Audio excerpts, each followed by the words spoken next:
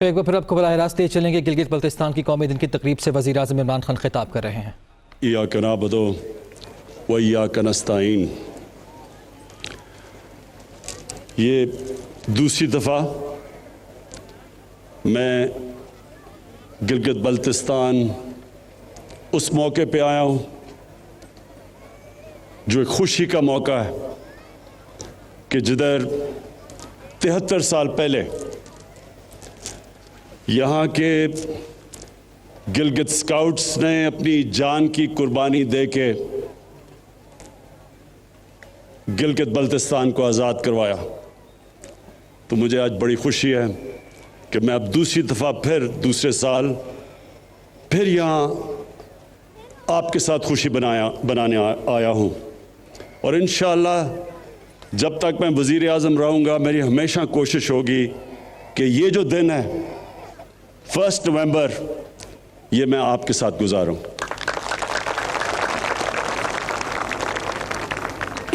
میں گلگت 15 سال کی عمر پہ پہلی دفعہ آیا، تب یہ کاراکورم ہائی وے بن رہا تھا۔ میں اپنے اسکول کی ٹریکنگ ٹیم کے ساتھ آیا، اور وہ جو 15 سال سے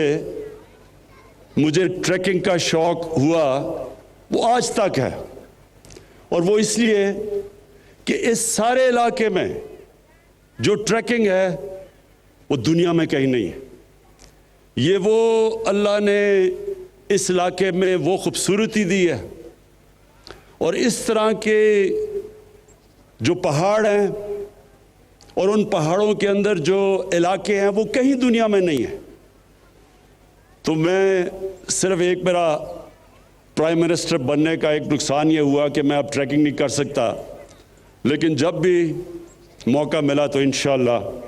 یہاں پھر سے آؤں گا ٹریکنگ کرنے کے لیے۔ خواتین و حضرات، آج ایک تو خراج تحسین پیش کرنا تھا گلگت اسکاؤٹس کو اور ان شہداء کو جنہوں نے قربانیاں دے کے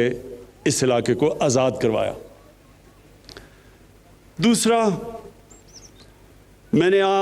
آج گلگت بلتستان کے لوگوں کو دوسری بھی مبارک دینی تھی، اور وہ یہ کہ جو ہم نے فیصلہ کیا ہے کہ گلگت بلتستان کو پروونشل سٹیٹس دینا ہے، جو ان کی ڈیمانڈ تھی بڑی دیر کی، اور یہ UN سیکیورٹی کاؤنسلز کی ریزولوشن کے بیچ میں رکھتے ہوئے ہم نے فیصلہ کیا ہے۔ وہ سیکیورٹی کاؤنسل کی جو ریزولوشنز ہیں اس کے بیچ میں ہم نے فیصلہ کیا ہے، لیکن مجھے پتا ہے کہ یہاں کے نوجوانوں کی بہت دیر کی ڈیمانڈ تھی، تو میں آج اس کی بھی مبارک دیتا ہوں۔ اب جہاں تک پیکیج کی بات کی اور ڈیولپمنٹ کی، وہ میں آج بات اس لیے نہیں کر سکتا کیونکہ الیکشنز کے دن ہیں، لیکن میں صرف یہ کہتا ہوں کہ ہماری گورنمنٹ کی پالیسی، خاص طور پہ ہماری گورنمنٹ کی پالیسی یہ ہے کہ اپنے کمزور طبقے کو اٹھایا جائے، جو ہمارے غریب ہیں، جو پیچھے رہ گئے ہیں، جو 25% پاکستانی غربت کی لکیر سے نیچے ہیں۔ سب سے بڑی پرائرٹی ہے کہ ان کو ہم کیسے اوپر لے کے آئیں، اور دوسری جو پاکستان کے علاقے پیچھے رہ گئے ہیں، جس طرح گلگت بلتستان پیچھے رہ گیا ہے، اور اس کی بہت بڑی وجہ یہ تھی کہ یہ کٹ آف تھا۔ جب تک کہ کاراکورم ہائی وے نہیں بنا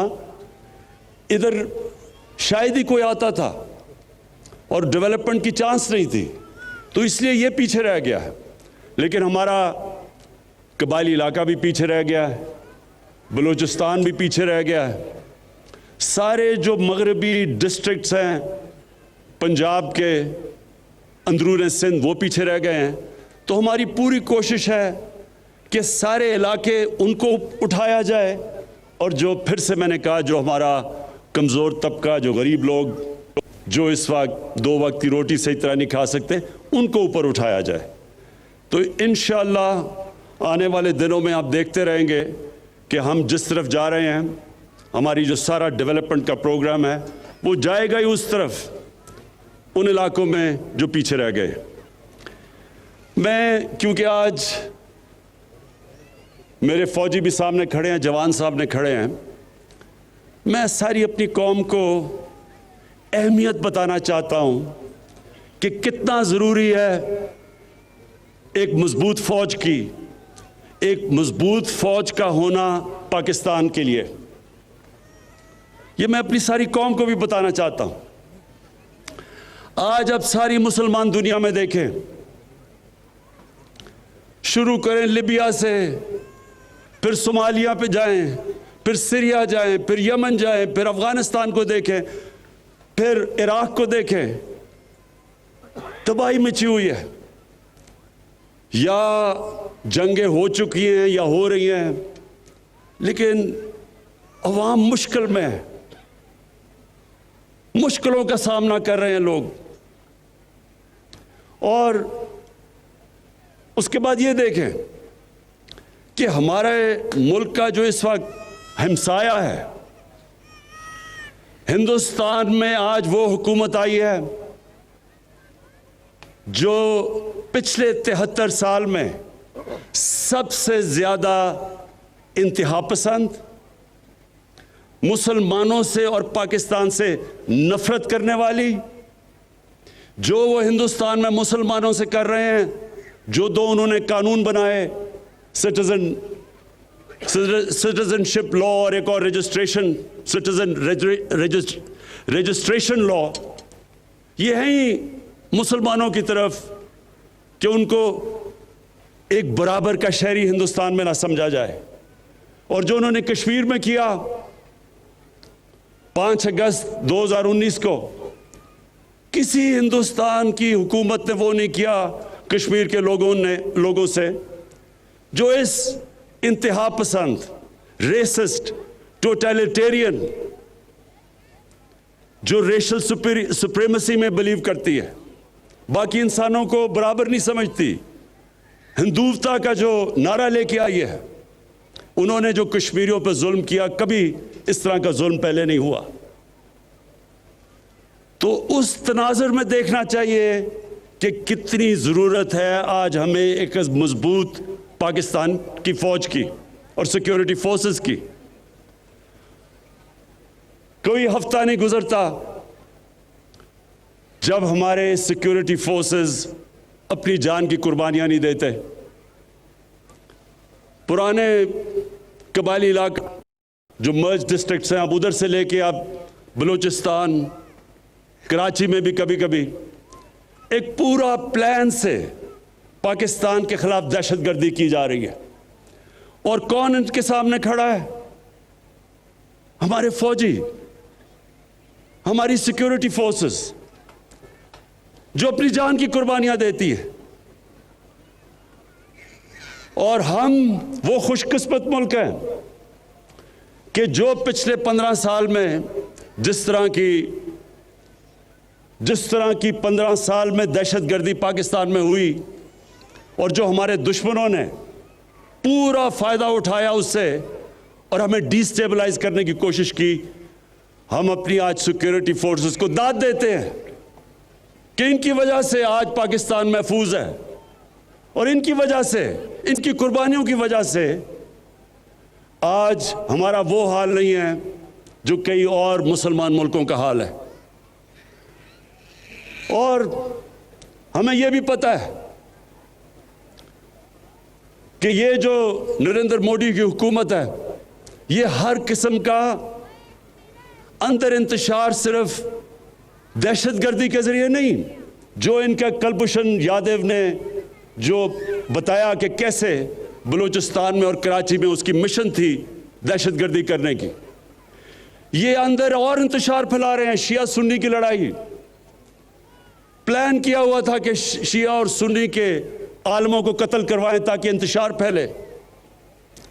اور وہ بھی میں آج داد دیتا ہوں اپنی انٹیلیجنس ایجنسیز کو کہ جنہوں نے بہت ان کے پروگرام تھے انتشار پھیلانے کے، وہ پاش کیے۔ میں آج جو آخر میں بات کرنا چاہتا ہوں وہ ایک آج کل کے دنوں میں ایک پورا پلان بنا ہوا ہے. ہمارے وہ لوگ جو کہ اپنے آپ کو ڈیموکریٹس کہتے ہیں, سیاستدان کہتے ہیں, وہ پوری طرح آج ہماری پاکستانی فوج کے اوپر اور پاکستان کی عدلیہ کے اوپر انہوں نے پورا ڈسکریڈٹ کرنے کا ان کو پروگرام بنایا ہوا ہے. لیکن یہ کیوں ہے؟ یہ آج سب میں اپنی قوم کو بتانا چاہتا ہوں یہ کیوں ہو رہا ہے. میرا جو پہلا جب میں وزیر اعظم بنا تو جو میرا پہلا خطاب تھا اگر آپ وہ دیکھیں تو اس میں نے دو خاص طور پہ چیزیں کہی. میں نے یہ کہا کہ جن لوگوں نے 30 سال سے اس ملک کو لوٹا ہے, 30 سال سے اس ملک کا پیسہ چوری کر کے باہر لے کے گئے ہیں, یہ سب اکٹھے ہو جائیں گے. یہ اکٹھے میرے خلاف اس لیے ہوں گے کہ ان کو پتا ہے کہ میرے تو 24 سال کی کیمپین ہی یہ تھی کہ اس ملک میں کرپشن کا سامنا کریں. جب تک کرپشن ہے ملک آگے نہیں بڑھ سکتا. اور میں نے کہا یہ سب اکٹھے ہوں گے. اور میں نے دوسری بات کہی کہ جس چیز میں پاکستان کا فائدہ ہے اس چیز میں ان کا نقصان ہے, اور جس چیز میں ان کا فائدہ ہے وہ پاکستان کو نقصان ہے. یہ چاہتے ہیں کہ ان کی ساری کرپشن جو انہوں نے اس ملک کا پیسہ لوٹ کے باہر لے کے گئے ہیں, یہ چاہتے ہیں کہ کسی نہ کسی طرح مجھے بلیک میل کریں اور میں ان کو NRO دے دوں, یعنی کہ ان کو معاف کر دوں جو انہوں نے اس ملک کا پیسہ چرایا. پاکستان کا فائدہ ایک چیز میں ہے کہ یہاں قانون کی بالادستی قائم ہو, طاقتور اور کمزور کے لیے قانون بنے. یہ نہیں کہ صرف بیچارے وہ لوگ جو مجبوری میں چوری کرتے ہیں وہ جیلوں میں جائیں اور بڑے بڑے ڈاکو ان کو NRO مل جائے اور وہ دندراتے پھریں اور وہ بار بار آ کے پھر ملک کو لوٹیں. قانون کی بالادستی کا مطلب کہ طاقتور اور کمزور کے لیے ایک قانون. اگر طاقتور چوری کرتا ہے تو اسی طرح احتساب ہو جو عام آدمی کا ہوتا ہے. تو یہ میں نے کہا کہ ان کا جو انٹرسٹ خلاف ہے اور یہ آج ثابت ہو رہا ہے. سب اکٹھے بھی ہو گئے ہیں اور پوری طرح بلیک میل. پہلے انہوں نے مجھے بلیک میل کرنے کی کوشش کی معاشیت پہ, الیکشن جی غلط ہو گیا, ہم نے کہا کھول دو الیکشن, ادھر سے بھی بھاگ گئے. معاشیت اللہ کا شکر ہے کہ ایک وہ ملک کے چھوڑ کے گئے تھے جس کا دیوالیہ نکلا ہوا تھا, اللہ کا کرم ہے کہ وہ بھی صحیح طرف لگ گیا ہے. اس کے بعد کرونا کے اوپر انہوں نے کوشش کی. آج دنیا اکنالج کرتی ہے کہ جس طرح پاکستان کرونا سے نکلا ہے شاید ہی کوئی اور ملک نکلا ہو. پھر فیٹف کے اوپر جو ہندوستان پوری کوشش کر رہا تھا کہ پاکستان کو فیٹف میں بلیک لسٹ کروائیں, اس پہ بلیک میل کرنے کی کوشش کی, اس میں بھی میں بلیک میل نہیں ہوا. تو اب انہوں نے پاکستانی فوج کی طرف, پاکستان کے آرمی چیف, ISI کے چیف کے اوپر اب انہوں نے بندوقیں تانی ہوئی ہیں. پہلے تو میں آج اللہ کا خاص شکر ادا کرتا ہوں کہ اگر یہ ISI